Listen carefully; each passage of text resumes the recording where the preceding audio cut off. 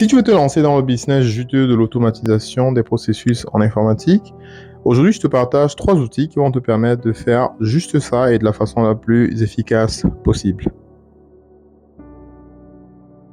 Salut à toi, je suis Bertrand Fauffet, j'accompagne les entreprises et les particuliers dans leur transformation digitale en s'appuyant sur l'automatisation et l'intelligence artificielle. Alors, il faut savoir déjà que le marché de l'automatisation, de façon générale, dans le monde, passe en 2024 de 100 milliards de dollars à presque 150 milliards de dollars. Et sur la partie spécifique des produits digitaux, on est en train de passer de 13 milliards à pratiquement 23 milliards de dollars. Il s'agit donc d'un marché qui est juste énorme. Alors, ce qui se passe justement, c'est que la simplification justement des processus d'automatisation et des applications, la multiplication des applications d'automatisation permet aujourd'hui désormais à plusieurs petits entrepreneurs, programmeurs ou tout simplement des jeunes freelanceurs de pouvoir capter une bonne partie de ce marché-là. C'est pourquoi c'est très important pour ceux qui en ont la capacité de pouvoir se déployer justement et d'offrir des services en termes d'automatisation. Il y aura de plus en plus d'entreprises qui en auront besoin et c'est une bonne opportunité pour toi si tu as la possibilité de le faire. Alors le premier outil que je veux partager avec toi, c'est N8N. C'est un excellent outil d'automatisation qui te permet d'intégrer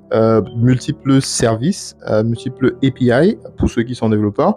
Ils vont comprendre davantage. En fait, tu as la possibilité avec cet outil d'interconnecter plusieurs systèmes qui sont totalement indépendants afin de réaliser un besoin qui est business pour un de tes clients. Alors, il est pratique parce que tu as la possibilité de l'installer sur ton serveur et donc de le rendre et donc de le customiser d'une certaine façon. C'est assez pratique pour les personnes qui souhaitent avoir une automatisation qui n'est pas nécessairement déployée sur le cloud d'une autre personne, comme par exemple les deux que je vais citer par la suite. Le deuxième outil, c'est Zapier, qui est très connu et c'est un outil que j'utilise depuis un peu plus de 3 ans et que je trouve super.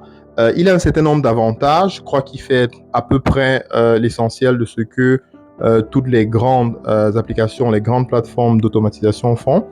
Mais on va dire qu'en général, moi, je l'utilise pour les projets, surtout pour les clients qui ont suffisamment de budget pour pouvoir faire un certain nombre de choses. Parce qu'il faut dire que pour les petites entreprises, c'est quand même un petit peu cher. La troisième, c'est bien entendu ma préférée, et ça, c'est sans publicité, c'est Make.com.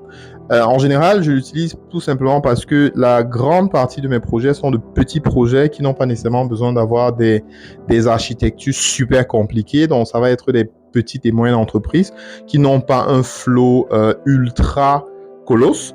Et donc, du coup, avec Make.com, je peux très simplement intégrer en général, ça va être des projets où on va intégrer, par exemple, des Google Sheets avec des formulaires, avec peut-être faire des relances par email ou ce genre de choses. Donc, c'est super pratique. En général, je l'utilise pour l'acquisition des clients et puis la rétention aussi des clients de mes clients. Voilà. Dis-moi en commentaire si tu as l'intention de te lancer dans l'automatisation. Et si tu utilises déjà des outils spécifiques, merci de partager en commentaire. Si tu es nouveau sur la chaîne, je t'invite à t'abonner. Rendez-vous à la prochaine vidéo et d'ici là, porte-toi bien.